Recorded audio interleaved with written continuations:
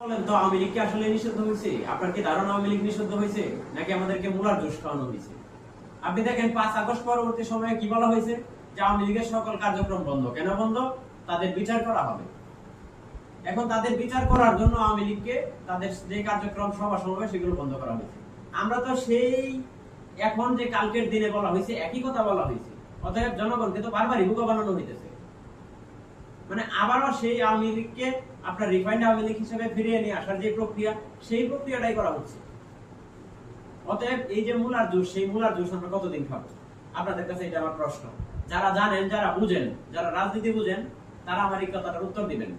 কারণ 5 আগস্ট পরবর্তী সময় আপনি বিভিন্ন আপনার টেলিভিশন, নিউজ পোর্টাল, পত্রিকা এগুলো সার্চ করে দেখেন, তখন ওইখানে এই কথাটাই বলা হয়েছিল যে আওয়ামী লীগের বিচার কার্যের জন্য বিশেষ আদালতে, বিশেষ আইনে তাদের কার্যক্রম নিষিদ্ধ করা হয়েছে। আওয়ামী লীগকে যদি নিষিদ্ধ করা হয় তাহলে এখানে বলতে হবে যে নির্বাচন কমিশনের মাধ্যমে অথবা আইনি প্রক্রিয়ার মাধ্যমে তাদের নিবন্ধন বাতিল চাই আমরা।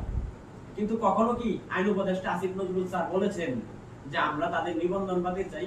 এটা কিন্তু বলে নাই। অতএব বারবার আমাদের সাথে হচ্ছে ছেলে খেলা করা হচ্ছে।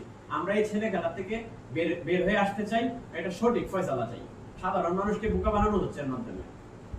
আপনারা এই বিষয়টা যারা জানেন, যারা বুঝেন, তারা অবশ্যই কমেন্ট বক্সে বলবেন যে আসলে কি আওয়ামী লীগ নিষিদ্ধ হয়েছে নাকি তাদের কার্যক্রম মানে বন্ধ করা হয়েছে। যদি তাদের কার্যক্রম বন্ধ করা হয় তাহলে আমাদেরকে বোকা বানানো হয়েছে।